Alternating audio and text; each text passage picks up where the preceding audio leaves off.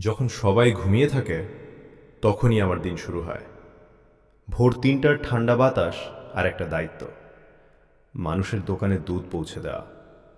কোনো কাজই ছোট না, পরিশ্রমটাই মানুষের আসল পরিচয়। প্রতিদিন নতুন আশা নিয়ে বেরিয়ে পড়ি। এই দুধের ক্রেটগুলোর সাথে জড়িয়ে আছে অনেক মানুষের সকাল।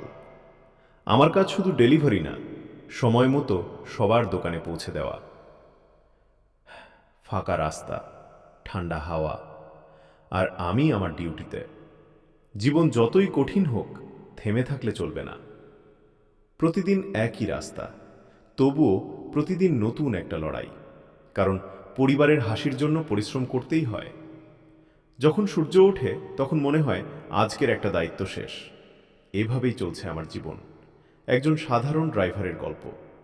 আমি নিতাই, পরিশ্রম করি, স্বপ্ন দেখি, আর নিজের জীবনটাকে ব্লগে তুলে ধরি।